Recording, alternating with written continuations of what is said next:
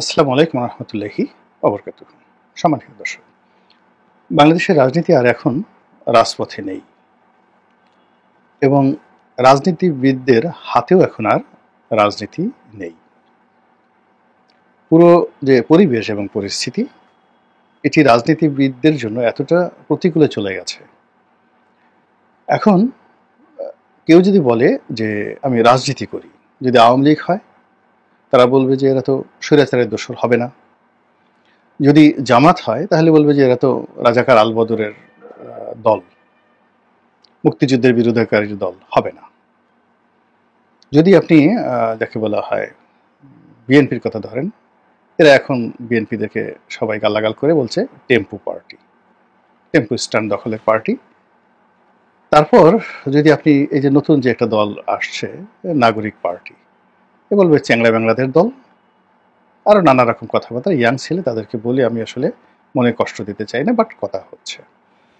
এখন এই যে কথাগুলো হচ্ছে, এগুলি কি কেবলই মাত্র তাদের কর্মকাণ্ডের কারণে, কিংবা রাজনীতির মাঠের যে রূঢ় বাস্তবতা সেটার কারণে হচ্ছে, নাকি একটা গুজব, একটা প্রচারণা, একটা প্রোপাগান্ডা, তার ফলে এই ভাইবগুলো তৈরি হচ্ছে? বাস্তবতা হলো যে আমাদের সামাজিক মাধ্যম এখন গণমাধ্যমের উপর প্রাধান্য বিস্তার করছে।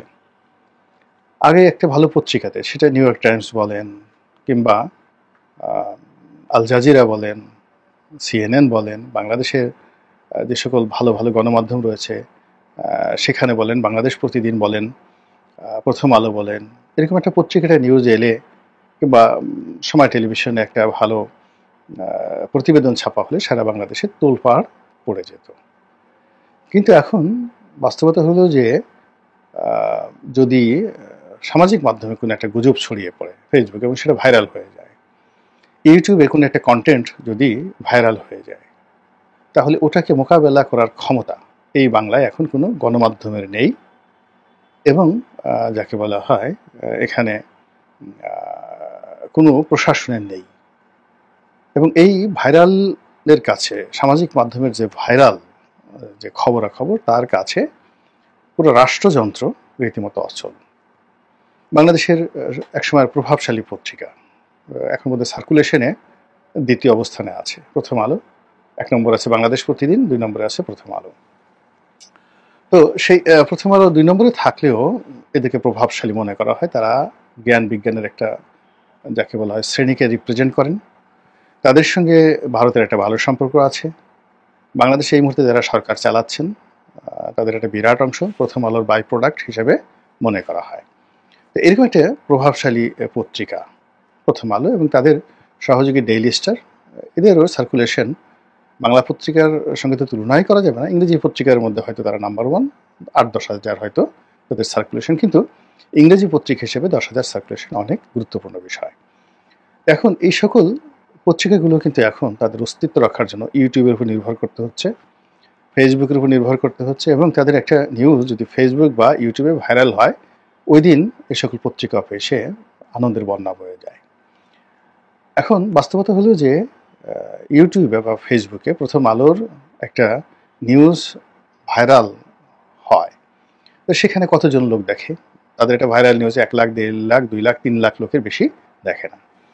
কিন্তু আমাদের এই সমাজে হিরো আলমের পর্যায়ে যারা রয়েছেন সামাজিক মাধ্যম ব্যক্তিত্ব, তাদের এক একটা বক্তব্য 1 মিলিয়ন ভিউ হয়ে যায়। কিংবা যে কোনো একটা সামাজিক কন্টেন্ট, যেমন দেখা গেল বরিশালের আঞ্চলিক ভাষায় কয়েকজন ইয়াং মানুষ একটা, যাকে বলে, কন্টেন্ট তৈরি করেন, আঞ্চলিক ভাষায় কথাবার্তা বলেন, তাদের চেহারা সুরত দেখলেই মনে হবে তারা বরিশালের নিম্ন মধ্যবিত্ত পরিবারের সন্তান সবাই। তো তারা এই সাম্প্রতিক আমলের একটা রাজনীতি নিয়ে ছোট্ট একটা কন্টেন্ট করেছেন এবং সেই কন্টেন্টে শুরুটাতে তারা একটা গান গেয়েছেন এবং 30-35 সেকেন্ডের একটা ক্যাটওয়াক হেঁটেছেন, তো বর্তমান রাজনীতিকে ব্যঙ্গ করে।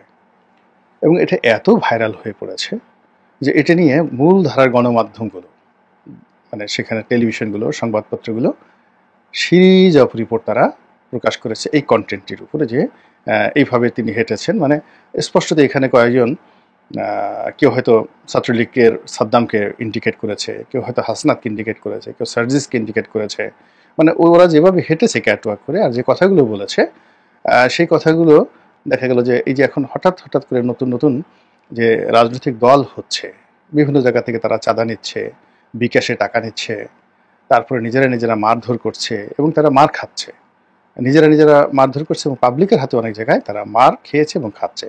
এবং এরা মানুষের যাকে বলা হয় অপমান, জুতো পিটা, এগুলোর মানে খেয়েই তারা সফলতা মনে করেন যে যে পর্যায়ে পৌঁছে গেছেন এবং তারা খুব গর্ব অনুভব করেন যে আমরা এই রাজনীতি করতে গিয়ে মার খেয়েছি, আমাকে পিটনি দিয়েছে, আমাকে জুতোর বাড়ি দিয়েছে, আমাকে মেরে পুরো শুয়ে ফেলছে। এই কথা বলে তারা এক ধরনের তৃপ্তি পান এবং তাদের এই কথা শুনে আমাদের মূলধারার গণমাধ্যম যারা লোকজন রয়েছে অনেক দিন ধরেই আমরা কিন্তু বিরক্ত যে এটা রাজনীতির স্ট্যান্ডার্ড হতে পারে না। বা এখন যারা রাজনীতির জন্য নিত্য নতুন দল করছেন তাদের সবাইকে দেখেই আমাদের মেজাজ গরম হচ্ছে, হাসিও পাচ্ছে না, ভীষণ রকম মেজাজ গরম হচ্ছে, বিরক্ত হচ্ছে। তো সেই বিরক্তিটি আমরা কেউ মানে মূলধারার গণমাধ্যমে লিখেছি কিন্তু তুলে ধরতে পারিনি বা লোকজন অ্যাকসেপ্ট করেনি।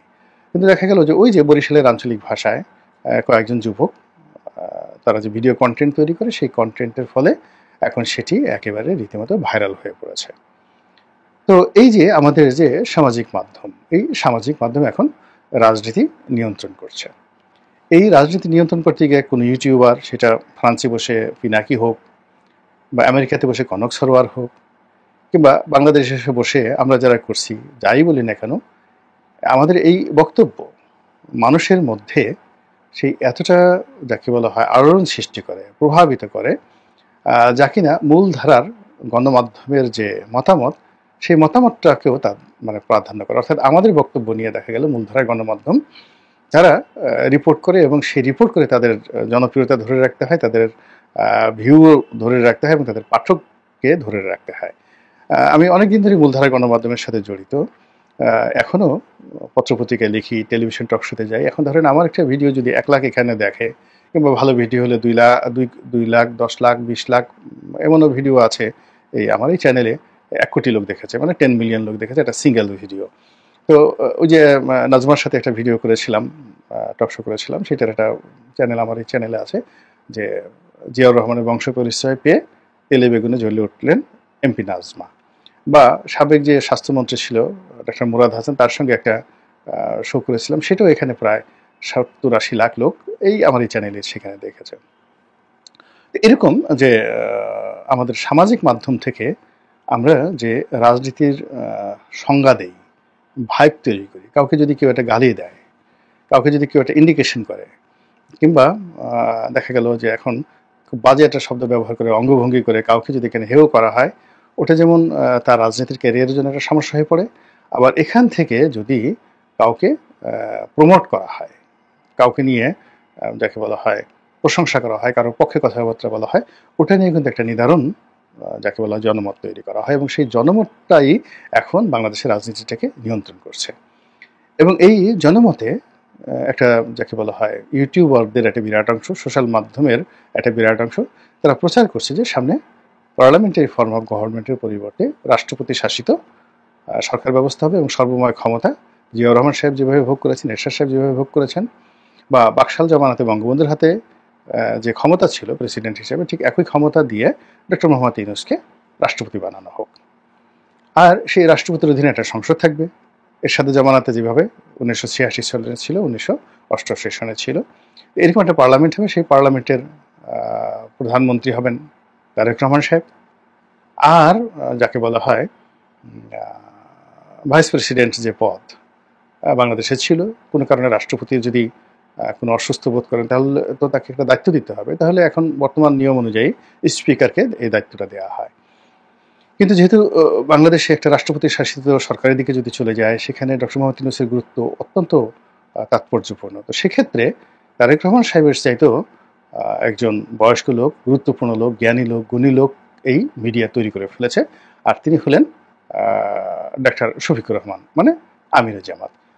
অতএব তাকে ভাইস প্রেসিডেন্ট বানানো হোক। এইভাবে সামাজিক মাধ্যমে একটা ভাইব তোলা হচ্ছে।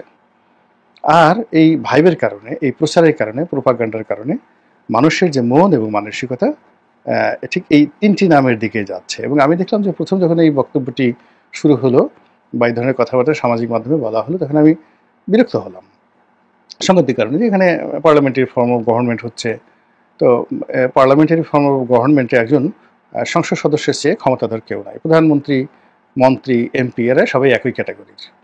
আর যখন প্রেসিডেন্সিয়াল ফর্ম অফ গভর্নমেন্ট হবেন, তখন একজন সংসদ সদস্যের মধ্যে আর একজন ইউনিয়ন পরিষদের চেয়ারম্যানের মধ্যে খুব বেশি পার্থক্য নাই, খালি নামের পার্থক্য হবে। ফলে ওই জন্য হয়তো কেউ তখন এমপি হতে চাইবে না। তাদেরকে কোনো একটা ডিসিটি পাত্তা দেওয়ার কোনো প্রয়োজনই নাই, যাই দেওয়া হোক না কেন পদ পদবি। এরকম একটা যখন পরিবর্তন দিকে যাচ্ছি, আমি খুব বিরক্ত হলাম। কিন্তু ইদানিং যেটা দেখছি যে এইটা সামাজিক মাধ্যমে রীতিমতো ভাইরাল হয়ে পড়েছে। এখন এটা নিয়ে যারা মানে এই সামাজিক মাধ্যমে যারা এখন ভাইব তৈরি করেন এবং জনমত তৈরি করেন এবং বিভিন্ন লোককে ওঠানোর জন্য বা নামানোর জন্য যারা নিয়ামক হিসেবে কাজ করেন, তারা এখন এই জিনিসটিকে ওন করলেই হয়ে যায়, এবং ওন করবেন তারা কয়েকদিন পরেই তারা এই কথাগুলো বলবেন, বিকজ অনেক কিছুই তো বাংলাদেশে ম্যাটিকুলাসলি চলছে। আর এইভাবে যদি প্রচারণাটা চলতে থাকে, তাহলে নির্বাচন কোথায় যাবে? নির্বাচনে তারপর বিএনপির অবস্থা কি হবে? এরপর আওয়ামী লীগ তো নেই, এবং বাংলাদেশ কি আমরা একটা নতুন জমানায় প্রবেশ করব? সেটি কি আমাদের জন্য ভালো হবে না মন্দ হবে? এটা সময় বলে দেবে। মহান আল্লাহ আমাদের সবাইকে হেদায়েত দান করুন এবং হেফাজত করুন। আসসালামু আলাইকুম ওয়া রাহমাতুল্লাহি ওয়া বারাকাতুহু।